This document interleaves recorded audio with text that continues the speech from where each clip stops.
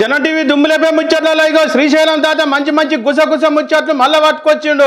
ఇక అంతా తయారు ఉన్నట్టే కదా. ఇక ఇవాళ అయితే ఇక ఏముంది, మన నిన్న మొన్న హైదరాబాద్ సెంట్రల్ యూనివర్సిటీ ముచ్చట మస్తు లడాయి అవుతుంది, చాలా పెద్దగా అవుతుంది. మరి ఆఖరికి ఇగో ఢిల్లీ ఆఖరికి అయిందట. ఆ ఢిల్లీకి వెళ్ళి ఎవరు వచ్చిర్రు, ఏం కథ, మరి హైదరాబాద్కి ఎందుకు వచ్చిర్రు, అది ఎట్టెట్ట నడిచింది, ఏం కథ ఒక్కసారి అరుచుకుందాం పర్రి.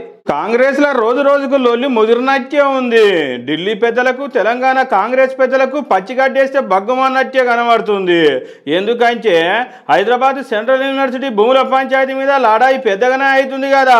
ఇది ఢిల్లీ పెద్దలు ఖర్గే రాహుల్ గాంధీకి శక గట్టిగానే తాగినట్టుంది.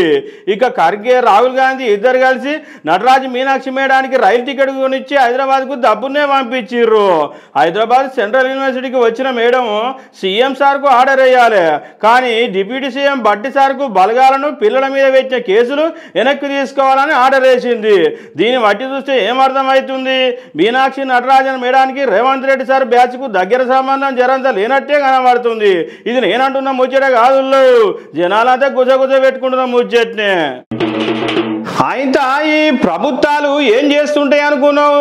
వీళ్ళకు వాళ్ళకు డబ్బున పేరు రావాలని చెప్పి పేపర్లకు టీవీలకు ఇంత పెద్ద యాడ్స్ ఇస్తుంటారు. గదే కనబడుతుంటాయి కదా బస్సుల మీద ఆడాడ అట్లా మోరీల మీద ఏడబడతాడు ఇట్లా రాస్తుంటారు చూడు పెద్ద పెద్ద అంత అక్షరాలతోటి.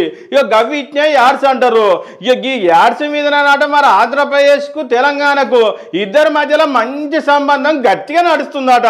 మరి ఆ సంబంధం ఎవరెవరికి నడుస్తుంది, అది ఎట్టెట్ట నడుస్తుంది, ఇక దాని కథ ఒక్కసారి అరుచుకుందాం పర్రి.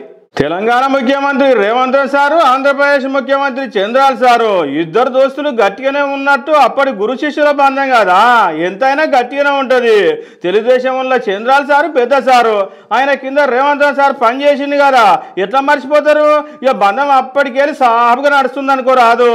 అక్కడ ఎలక్షన్లు అయినప్పుడు మన సారు చూసుకుంటాడట, ఇక్కడ ఎలక్షన్లు అయ్యేటప్పుడు ఆ సారు చూసుకుంటాడట. ఇక గట్లనే ఈ సార్కో ఛానల్, ఆ సార్కో ఛానల్, గిట్లా పార్టీకి ఓ ఛానల్ ఉంటాయి కదా. ఇక గట్లనే రేవంత్ సార్ కూడా ఓ టీవీ ఛానల్ ఉందట. ఇక గా ఛానల్కు ఆంధ్రప్రదేశ్ చంద్రాల్ సారు, తెలంగాణ రేవంత్ సార్ ఛానల్కు ఏం తక్కువ 59 లక్షలు యాడ్ ఇచ్చినట్టు ఇక కనబడుతుందట. ఇక మరి ఇది నేనంటున్నా వచ్చాడే కాదు, చాలా మంది అయితే గుసగుస పెట్టుకుంటారు 59 లక్షలది. ఇక ఆయన మన సారు ఉన్నాడు కదా, అదేనుల్లా సినిమా హీరో సారు, మన ఆంధ్రప్రదేశ్ డిప్యూటీ సీఎం సారు. ఇక మరి పెద్ద పెద్దోళ్ళ పిల్లలంతా మన దిక్కులని ఇక్కడిక్కడ చదవరు, ఇక ఏందో బయట దేశంలో చదువుతుంటారు. మరి ఆ బయట దేశంలో చదువుతుంటే ఈ పవనాల్ సార్ కొడుకు ఇగో ఏమైందట. మరి ఏమైంది, ఏం కథ ఒక్కసారి అరుచుకోదాం పారే. ఆంధ్రప్రదేశ్ ఉప ముఖ్యమంత్రి పవన్ కళ్యాణ్ సార్ కొడుకు ఇగో సింగపూర్లో చదువుతుండట. ఆ సార్ కొడుకు పేరు మార్క్ శంకర్ అట. ఆయనతో ఏమైందో ఏం కావుతున్నా కానీ పిల్లగాడు చదువుతున్న స్కూల్లో ఒక్కసారి మంటలు లేచి చాలా మందికే దెబ్బలు తాగినాయట. అరే పిల్లగాని ఎట్లా దింపుతున్నారో చూడు, అరే కిటికీలకి తాడు కట్టి మెల్లమెల్లే కింది దింపిరాట అనుకోరాదు.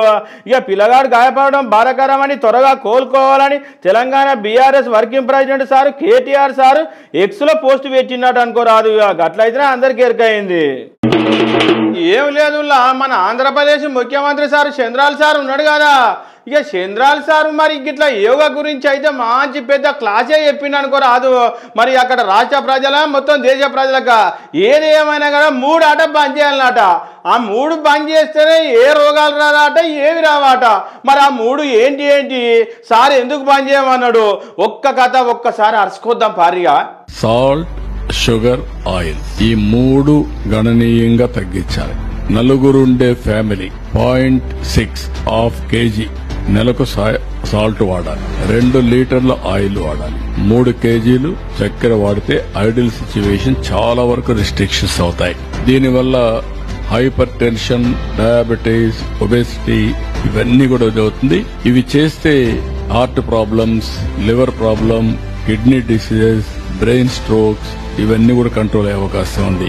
ఎవ్రీ పర్సన్ కి నేను స్టేట్ లో అందరూ కోరుతున్నా ఒక ½ అన్ అవర్ ఎక్సర్సైజ్, వాకింగ్, సాయంత్రమా మార్నింగ్ కంపల్సరీగా ½ అన్ అవర్ 30 minutes బ్రేక్ తీసుకోవాలి, ఎక్సర్సైజ్ చేయాలి ఆర్ వాకింగ్ అన్న చేయాలి. ఇది కూడా చాలా ముఖ్యం. ఇంకొక పక్క practice meditation, pranayama or prayer, దానివల్ల స్ట్రెస్ తగ్గుతుంది. స్ట్రెస్ తగ్గితే చాలా సమస్యల పరిష్కారం అవుతుంది. ఇటు సారి చెప్పింది చూసిరు కాదుల్లా. అరే ఉప్పు నూనె పంచదార ఎక్కడిది మొత్తమే వాడొద్దట. ఇక నలుగురు ఉన్న కుటుంబంలో అరకిలో ఉప్పే వాడాలన్నట. ఇక నూనెనైతే 2 లీటర్లట. ఇక 3 కిలోల చక్కెరే వాడాలన్నట మొత్తం నీళ్ళంతా కొడితే. ఇక ఇట్లా వేస్తే బీపీ రాదు, షుగర్ రాదు, గుండె రాదు, గుండె జబ్బులు కాలేయం మూత్రపిండాలు అన్ని చక్కగా పనిచేస్తాయట. ఇక గవి వేసుకుంటేనే మళ్ళీ ప్రతిరోజు ఒక అర్ధగంట సేమ్ అయితే నడవాలన్నట. ఇక లేకపోతే ఇక నీళ్లు కూడా బాగానే తాగాలన్నట. ఇక వీలైనంత సేపు ధ్యానం కూడా బాగా చేయాలన్నట్టు అనుకోరాదు. సారు కూడా ఇవి బాగానే పాటించినట్టుండు. అందుకే సారు పొరగాని లెక్కనే కనబడుతున్నాడు అనుకోరాదు. ఇక మనం కూడా ఇవి పాటిస్తే మంచిదే కదుల్లా. ఇక పాటిద్దాం సారి చెప్పినట్టు.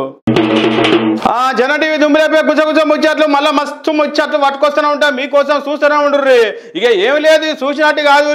గిట్లో లైక్ కొట్టుర్రి, సబ్స్క్రైబ్ చేయర్రి, ఫాలో చేయర్రి, ఏదైనా ఉంటే కింద రాయిర్రి మా దాకా ఏరుతట్టు.